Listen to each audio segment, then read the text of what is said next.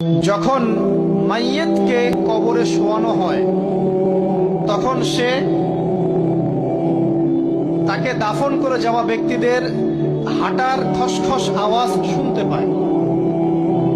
এরপরে তাকে যখন শুইয়ে দেওয়া হয়, সে যদি মুমিন ব্যক্তি হয় তাহলে তার মাথার দিকে তার সালাত এসে দাঁড়িয়ে যায়।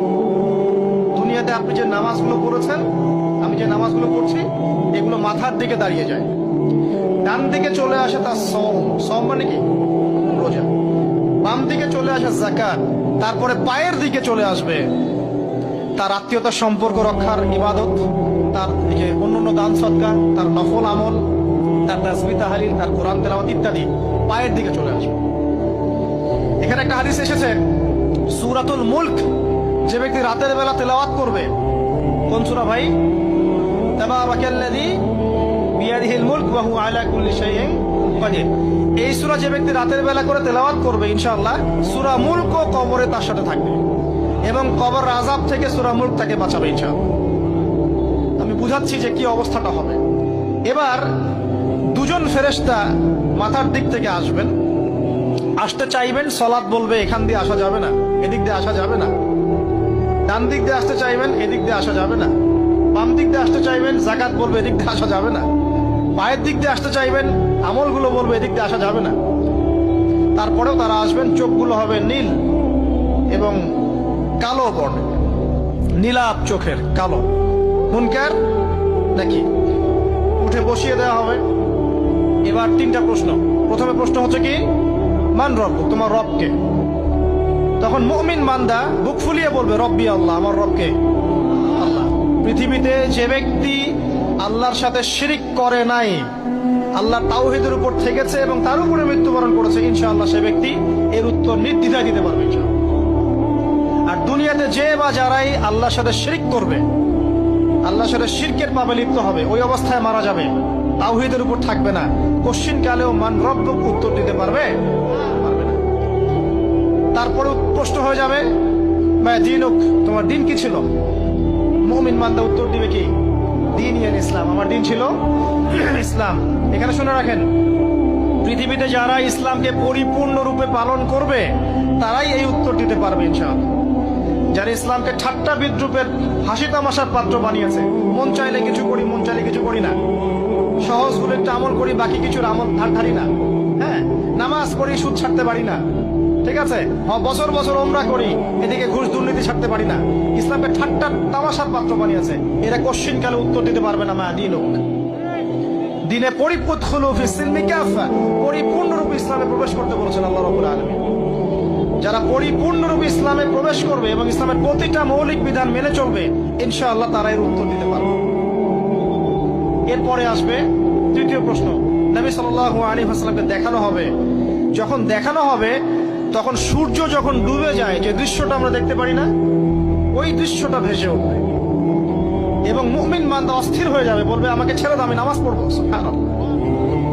তার কারণ তার কাছে মনে হবে যে আসরের ওয়াক্ত হয়ে গেছে, আসরের ওয়াক্ত হয়ে গেছে, আসরের ওয়াক্ত চলে যাচ্ছে, আমাকে নামাজ পড়তে হবে। চিন্তা করেছেন? ওই যে একটা হাদিস আছে না, যে 7 শ্রেণীর মানুষকে আল্লাহ রাব্বুল আলামিন আরশের ছায়া দিবেন। তার মধ্যে এক শ্রেণীর মানুষকে, যার অন্তর মসজিদের সাথে ঝুলে থাকে, তার মন মসজিদের সাথে ঝুলে ছিল, এই সূর্য ডুবে গেল বলে আমাকে ছেড়ে দাও, আমি নামাজ পড়তে যাব। তখন ফেরেশতারা বলবেন তোমাকে নামাজ পড়তে দেয়া হবে, তবে তার আগে তুমি এর উত্তর দাও। কি উত্তর?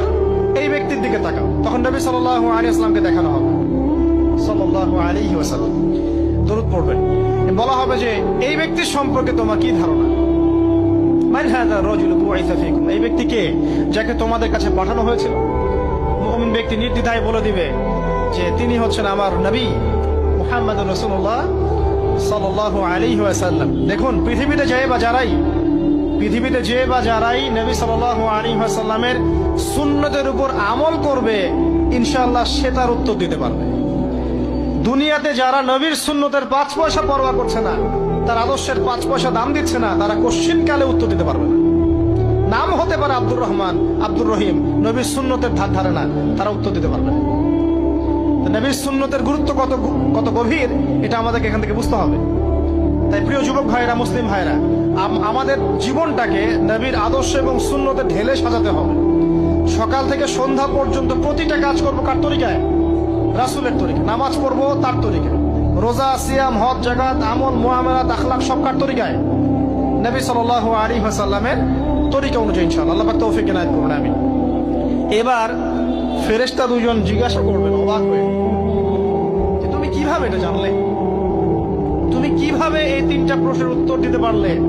কারণ বেশিরভাগ মানুষ তো উত্তর দিতে পারবে না, বেশিরভাগ মানুষই এই উত্তর দিতে পারবে না। কারণ কিয়ামতের মাঠে 1999 জন মানুষ জাহান্নামে যাবে। তো এটা কঠিন পরীক্ষা। আল্লাহ রাসূল সাল্লাল্লাহু আলাইহি ওয়াসাল্লাম বলেছেন যে নিশ্চয়ই তোমাদেরকে এখানে পরীক্ষায় ফেলা হবে, আর তোমরা যদি এই পরীক্ষা জেনে তোমাদের মৃতদেরকে দাফন করা থেকে বিরত না থাকতে, তাহলে আমি তোমাদেরকে শুনিয়ে দিতাম কবরে কেমন পরীক্ষা হয়।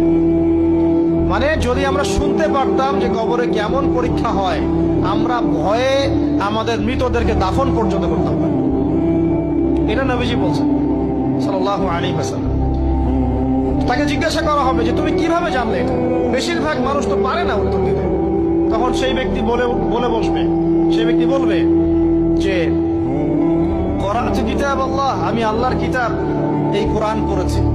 মুমিন বলবে আমি আল্লাহর কোরআন পড়েছি, ফাআমানতু বিহি, আমি এর উপর ঈমান এনেছিলাম, ওয়া সাদ্দাকতু, এবং সত্যায়ন করেছিলাম।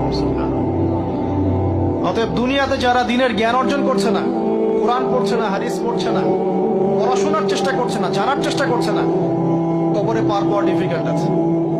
এটা একটা অন্যতম প্রশ্ন। আমরা কিন্তু মনে করি তিনটা প্রশ্ন হচ্ছে, আসলে প্রশ্ন হচ্ছে কয়টা? 4টা। তিনটার পরে আরো একটা এক্সট্রা। কিভাবে জানলে? তখন উত্তর দিচ্ছে আমি আল্লাহর কিতাব পড়েছি, ঈমান এনেছি,